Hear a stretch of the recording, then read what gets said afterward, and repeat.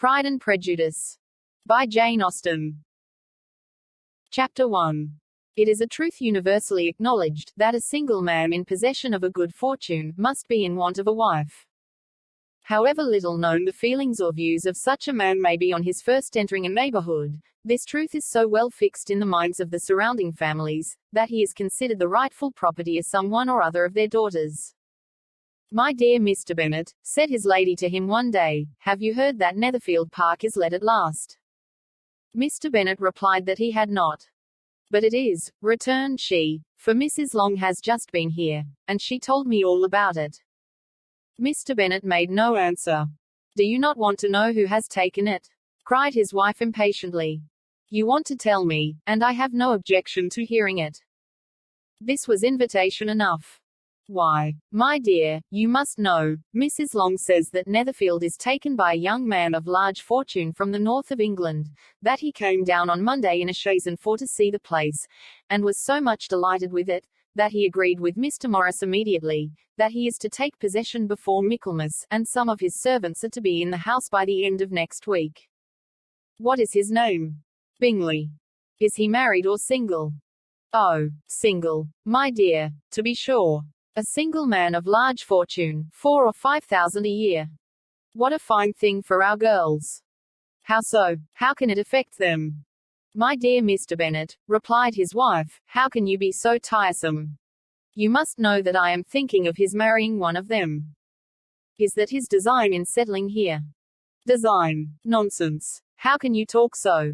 But it is very likely that he may fall in love with one of them, and therefore you must visit him as soon as he comes." "I see no occasion for that.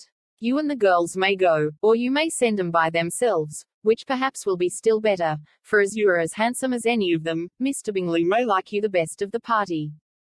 "My dear, you flatter me. I certainly have had my share of beauty, but I do not pretend to be anything extraordinary now. When a woman has 5 grown-up daughters, she ought to give over thinking of her own beauty. In such cases, a woman has not often much beauty to think of. But, my dear, you must indeed go and see Mr. Bingley when he comes into the neighborhood. It is more than I engage for, I assure you. But consider your daughters. Only think what an establishment it would be for one of them. Sir William and Lady Lucas are determined to go, merely on that account, for in general, you know, they visit no newcomers.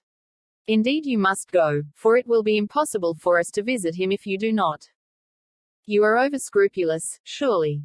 I dare say Mr. Bingley will be very glad to see you, and I will send a few lines by you to assure him of my hearty consent to his marrying whichever he chooses of the girls, though I must throw in a good word for my little Lizzie.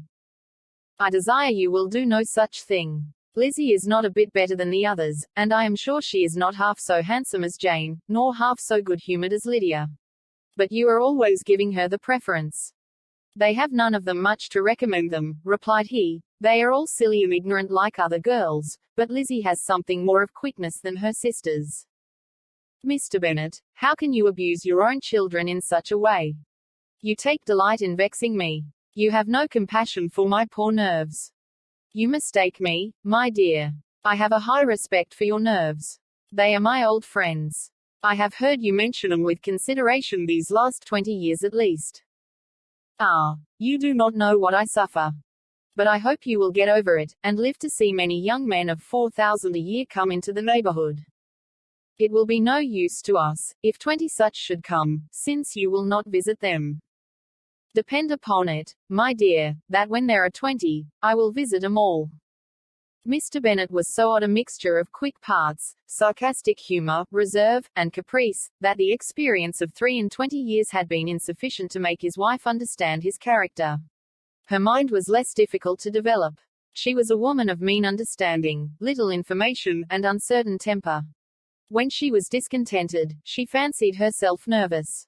The business of her life was to get her daughters married, its solace was visiting and news.